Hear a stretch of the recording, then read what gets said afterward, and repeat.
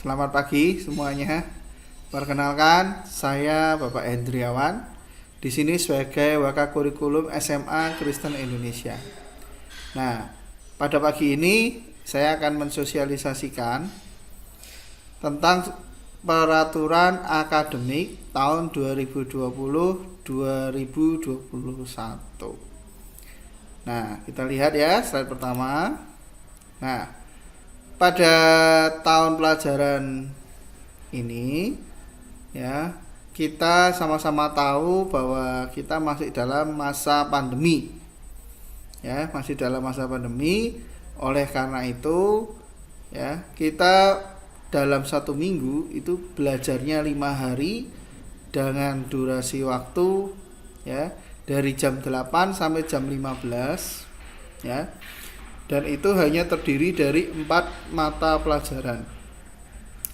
Mata pelajaran jam pertama nanti akan kita mulai dari jam 8 sampai jam 9. Sedangkan untuk mata pelajaran kedua, kita akan mulai dari pukul 10 sampai pukul 11. Kemudian mata pelajaran ketiga, kita akan mulai dari pukul 12 sampai pukul 13. Kemudian mata pelajaran keempat kita mulai dari pukul 14 sampai pukul 15. Jadi dalam 1 hari kalian semua akan belajar sehari itu 4 mata pelajaran ya. Ini kalau dihitung semuanya ada 4 jam. Betul ya? Semuanya ada 4 jam dengan durasi istirahat juga 1 jam. Jadi tujuan kami agar kalian tidak terlalu lelah, tetapi semangat belajar tetap ada ya. Seperti jam di sekolah ya, mulainya dari jam pagi keluar siang, menjelang sore ini. Nah, dari jam-jam pelajaran ini nanti ya saya akan berikan jadwal ya yang akan di-share oleh wali kelas masing-masing ya. Jadwal itu akan di-share sesuai dengan pukul-pukul yang saya sosialisasikan di sini. Nah, berikutnya kita akan melihat lagi. Nah, berapa sih hari efektif belajarnya? Nah, hari efektif belajarnya untuk di semester Gasal itu sebanyak 104 hari. Ya. Di sini hari belajar efektif berarti betul-betul yang nanti kegiatan belajar, ya. Kemudian semester genapnya adalah 88 hari. Mengapa semester genapnya kok lebih sedikit? Ya dikarenakan mungkin nanti di semester 2 kan kelas 12 banyak ujian, ada kegiatan-kegiatan ujian, ya. Itu yang membuat banyak waktu, ya, yang membuat banyak waktu kalian mungkin diliburkan, ya, karena dipakai untuk ujian kelas 12 sehingga di semester genap waktunya akan terasa lebih pendek hari efektif belajarnya. Oke, berikutnya kita lihat. Ya, kita lihat berikutnya kelas peminatan. Kelas peminatan di SMA Kristen Indonesia itu hanya dibuka 2 kelas peminatan. Yang pertama kelas peminatan MIPA dan kelas peminatan IPS. Ya, kelas peminatan MIPA itu kelas peminatan matematika dan IPA. Ya, sedangkan kelas peminatan IPS itu ilmu pengetahuan sosial. Nah, ini menggantikan yang dahulu ada kelas IPA, ada kelas IPS ya. Ini penggantinya ya. Kelas peminatan IPA dan kelas peminatan IPS. Untuk ini saya jelaskan struktur kurikulum 2013. Bisa kita lihat bahwa kurikulum 13 itu mata pelajaran terbagi menjadi beberapa kelompok. Yang pertama adalah kelompok A, di mana kelompok A itu berisi mata pelajaran umum. Mungkin kalian dari SMP sudah tidak asing lagi ya. Di sini ada kelompok pelajaran umum, nanti ada kelompok pelajaran peminatan, dan ada kelompok pelajaran lintas minat. Ya, kita lihat dulu dari kelompok umum. Di sini ya ada pendidikan agama dan budi pekerti, kemudian ada pendidikan Pancasila dan kewarganegaraan, bahasa Indonesia, matematika, sejarah Indonesia, dan bahasa Inggris. Ini kelas 10 hingga kelas 12 semuanya mendapatkan mata pelajaran kelompok A dengan jam pelajaran yang sama. Kemudian kalau kita lihat berikutnya untuk kelompok B yang umum, ya, di sini ada seni budaya, pendidikan jasmani, olahraga dan kesehatan, prakarya dan kewirausahaan, dan muatan lokal yaitu bahasa Jawa. Mengapa bahasa Jawa? Karena kita berada di Provinsi Jawa Tengah, sehingga menurut surat dari gubernur bahwa muatan lokal untuk di Jawa Tengah itu menggunakan pelajaran bahasa Jawa. Dan untuk kelompok B, semua kelas dari kelas 10 hingga kelas 12 baik IPA maupun IPS semuanya mendapatkan sama, ya, dengan porsi jam pelajaran yang juga sama. Kemudian kita lihat ada kelompok C. Kelompok C ini adalah kelompok peminatan. Nah, pada kelompok peminatan inilah pelajaran penjurusan, ya, sesuai dengan kelas peminatannya. Peminatan IPA atau peminatan IPS, ya. Tetapi karena ini kurikulum 2013, maka membacanya peminatan MIPA, matematika dan ilmu pengetahuan alam. Nah, untuk yang nanti berminat masuk ke dalam kelas peminatan MIPA, kalian akan memperoleh pelajaran matematika, biologi, fisika, dan kimia. Nah, pasti muncul pertanyaan. Tadi di kelompok A sudah ada matematika, kemudian ini muncul lagi matematika. Ya, memang matematikanya ada dua. Yang kelompok A tadi itu matematika wajib. Jadi antara kelas IPA, kelas MIPA, dan kelas IPS semuanya mendapatkan matematika dengan bab yang sama. Sedangkan pada kelas peminatan ini matematikanya digali lebih dalam, ya, memang hanya diperuntukkan untuk kelas MIPA. Nah, sekarang kita akan lihat untuk yang kelompok C, kelas peminatan untuk ilmu pengetahuan sosial atau IPS. Di sini kalian akan memperoleh geografi, sejarah, sosiologi, dan ekonomi.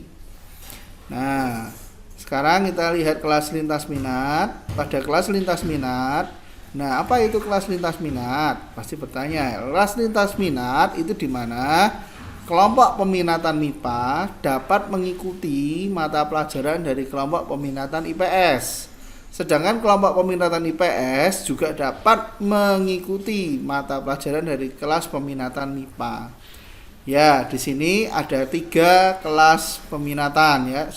Ada kelas bahasa, kelas MIPA, ada kelas IPS. Nah, untuk kelas bahasa itu yang kami ambil, yang disediakan untuk tahun pelajaran ini adalah bahasa dan sastra Inggris. Sedangkan kelas MIPA nanti mengambil lintas minatnya adalah geografi dan ekonomi. Kelas IPS akan mengambil pelajaran lintas minatnya kimia dan biologi. Jadi kalau kita lihat di jamnya, mengapa sastra bahasa Inggris tidak ada di kelas 10? Memang tidak ada untuk tahun ini. Kelas bahasa sastra Inggris hanya ada di kelas 11 dan 12. Nah, kelas kimia ini untuk lintas minat IPS, ya, ini IPS dan biologi. Sedangkan yang IPA nanti mendapat mata pelajaran lintas minat IPS, geografi dan ekonomi. Ya, jadi total belajar jamnya jika dalam waktu normal, maka kalian kelas 10 akan mengikuti 44 jam mata pelajaran. Sedangkan yang kelas 11-12 46 jam mata pelajaran. Ya, setelah itu juga ada pelajaran-pelajaran yang mendukung pengembangan kepribadian. Di sini ada bimbingan konseling dan teknologi informasi komunikasi. Dengan adanya bimbingan konseling, diharapkan kalian dapat mendiskusikan kepada guru BK yang menjadi permasalahan-permasalahan kalian tidak dapat belajar dengan baik. Dan untuk TIK, ya, teknologi informasi komunikasi, karena kita sekarang menuntut era digital, maka diharapkan setiap siswa sudah dapat menguasai, ya, pembelajaran berbasis IT. Nah, bagaimana penilaian yang akan kita lakukan ya selama belajar dalam 1 tahun ke depan? Ya, penilaiannya yang pertama berupa pengamatan sikap, ya. Kemudian ada penilaian harian, ada penilaian keterampilan. Sekarang kita akan masuk ke dalam penilaian sikap. Nah, penilaian sikap itu dibagi menjadi 2. Ya, ada penilaian utama, ada penilaian penunjang. Pada penilaian pertama, di sini dilakukan oleh guru mata pelajaran, ya, dan dilakukan oleh guru bimbing, guru BK, wali kelas, ya. Nah, kemudian untuk penilaian penunjang nanti dilakukan oleh penilaian diri sendiri dan penilaian antar teman. Nah, ini jika kita bertemu secara tatap muka. Nah, sekarang bagaimana jika kita bicara dalam keadaan yang jarak jauh, ya? Kita harus pembelajaran jarak jauh. Nah, maka otomatis yang bisa menilai adalah guru mata pelajaran, guru dan wali kelas, ya. Guru wali kelas dan guru mata pelajaran bisa menilai di sini. Nanti juga guru BK bisa menilai. Nah, kan menilainya dari mana? Ya dari absen harian, dari kalian aktif atau merespon setiap pembelajaran jarak jauh yang kami lakukan, ya. Nah, untuk penilaian penunjang, penilaian diri sendiri itu nanti bisa kalian lakukan. Nah, mungkin kalau dalam PJJ, ya penilaian antar temannya mungkin nanti kalau kita sama-sama berdiskusi, ya, di dalam grup diskusi, ya, nanti ada kelas diskusi. Nah, di situ kalian bisa menilai si A, si B, mana yang aktif dalam memberikan hasil pemikirannya, mana yang aktif dalam mengerjakan tugas. Nah, kalian bisa saling menilai antar teman. Nah, sekarang berikutnya penilaian lagi. Setelah penilaian sikap, kita masuk ke dalam penilaian pengetahuan. Nah, pada penilaian pengetahuan di sini ada tes tertulis, ada tes lisan, dan ada tes penugasan. Ya, untuk tes tertulis ini ya seperti jikalau kita melakukan ulangan-ulangan, ya. Tes lisan itu melalui kuis dan tanya jawab, penugasan itu nanti tugas kelompok. Nah, karena dalam keadaan PJJ, otomatis nanti kita tes tertulisnya juga dalam bentuk digital, ya. Tanya jawabnya dalam bentuk diskusi atau forum, ya. Penugasan nanti setiap selesai materi, maka Bapak Ibu guru akan memberikan penugasan baik yang individu maupun yang bersifat kelompok. Berikutnya penilaian karakter. Berikutnya penilaian keterampilan. Nah, pada penilaian keterampilan itu terbagi menjadi 5 di situ, ya. Ada yang pertama penilaian melalui praktik, kemudian proyek, portofolio, produk, dan teknik-teknik lainnya yang nanti dipakai oleh Bapak Ibu guru. Nah, cuma yang biasa yang dipakai ini ada 4, ya. Pada praktek, kemudian ada proyeknya, ya. Proyek itu nanti di situ kalian bisa dibaca, ya. Ada perencanaan program dalam bentuk hasil karya, kemudian ada portofolio, ya. Rekaman hasil pembelajaran yang kalian lakukan, penilaian-penilaian, kemudian produk, ya. Ada hasil dari kegiatan pembelajarannya. Sekarang kita akan bahas tentang kriteria ketuntasan minimal. Ya, ini biasanya dinanti-nanti siswa, ya. Untuk KKM pada kelas 10, baik MIPA maupun IPS, itu KKM pada kelas 10 yaitu 65. Kelas 11 68 dan kelas 12 itu 70. Ya. Jadi kenapa KKM-nya di sini kok rendah, ya, Pak? Ini sebetulnya tidak rendah, ya. KKM-nya dibuat segini karena kita betul-betul ingin memberikan nilai sesuai dengan kemampuan yang kalian miliki, ya. Jadi kita ingin supaya bersikap jujur, ya, apa adanya. Jadi kalau memang siswanya mampu, ya otomatis walaupun KKM-nya rendah tapi nilai kalian tinggi. Ya, sedangkan kalau misalkan memang kalian tidak mampu juga tidak kesulitan ya untuk mencapai KKM-nya ini.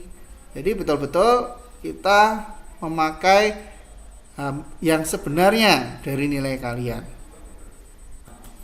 Nah, sekarang kita lihat kriteria kenaikan kelas. Nah, pertama, semua siswa harus mengikuti kegiatan belajar mengajar selama 2 semester. Jadi nilai semester 1 dan semester 2 harus ada. Kemudian nilai sikap ya yang tadi melalui pengamatan penilaian ya, ada penunjang, ada utama. Itu kalian harus memperoleh nilai B. Kemudian ada ekstrakurikuler wajib yaitu Boys Brigade, kalian harus mendapatkan juga nilai minimal B. Kemudian tuntas KKM ya, tuntas KKM. Nah, kalau ada yang tidak tuntas bagaimana, Pak? Nah, batas maksimal untuk tidak tuntas itu hanyalah 2 mata pelajaran. Itu semua dari semester 1 hingga semester 2. Kemudian yang terakhir adalah pendidikan karakter. Nah, pendidikan karakter di sini kalian mengikuti program-program pendidikan karakter dan juga kita lihat absensi ya, kehadiran. Jika absensi kehadirannya kurang dari 90%, maka bisa tidak naik kelas. Nah, sekarang perhatikan ilustrasi menghitung nilai KKM tadi. Ya, nilai pelajaran. Ya, saya ambil 2 mata pelajaran bahasa Indonesia dan matematika. Pada semester 1, Anton mendapat pengetahuan 66, keterampilannya 70. Ya, maka pada semester 1 Anton mendapat nilai tidak tuntas ya pada pengetahuan bahasa Indonesia. Tetapi pada semester 2 Anton pengetahuannya mendapat 68. Keterampilannya juga 68. Nah, semester 2 kan Anton tuntas semua. Nah, cara penilaiannya nanti adalah dengan dicari rata-ratanya. Semester 1 dirata-rata dengan semester 2. Kemudian semester 1 keterampilan dirata-rata dengan semester 2 keterampilan. Maka diperoleh hasil yang ada di bawah. Yang bisa kalian lihat. Ternyata rata-rata bahasa Indonesianya Anton hanya 67, keterampilannya 69. Nah, coba kita lihat matematika. Matematika Anton semester 1 72, keterampilannya 68. Semester 2 pengetahuannya 65, keterampilannya 68. Nah, semester 1 dijumlah kemudian dirata-ratakan. Muncul 69, 72 tambah 65 dibagi 2. Ya, ketemu 69 dan keterampilannya sama tetap 68. Maka kalau kita lihat di sini, karena pengetahuan bahasa Indonesianya masih belum tuntas, maka bahasa Indonesia dinyatakan belum tuntas. Ya. Sedangkan matematikanya walaupun di semester 2 tidak tuntas, tetapi secara rata-rata jadi tuntas, maka Anton dinyatakan tuntas. Ya, demikian yang sudah saya sampaikan. Nah, nanti kalau ada pertanyaan bisa kalian tanyakan melalui grup-grup ya, grup-grup yang telah disediakan oleh wali kelas masing-masing. Nah, demikian atas waktunya saya ucapkan banyak terima kasih dan semoga kalian tetap bersemangat walaupun kita tidak bertemu, tetapi kegiatan pembelajaran jarak jauh tetap berlangsung dengan baik. Ini semua kita ambil hikmah positifnya ya. Anggap saja Tuhan yang maha baik membuat kita untuk belajar dengan cara yang lebih canggih lagi. Sekian dan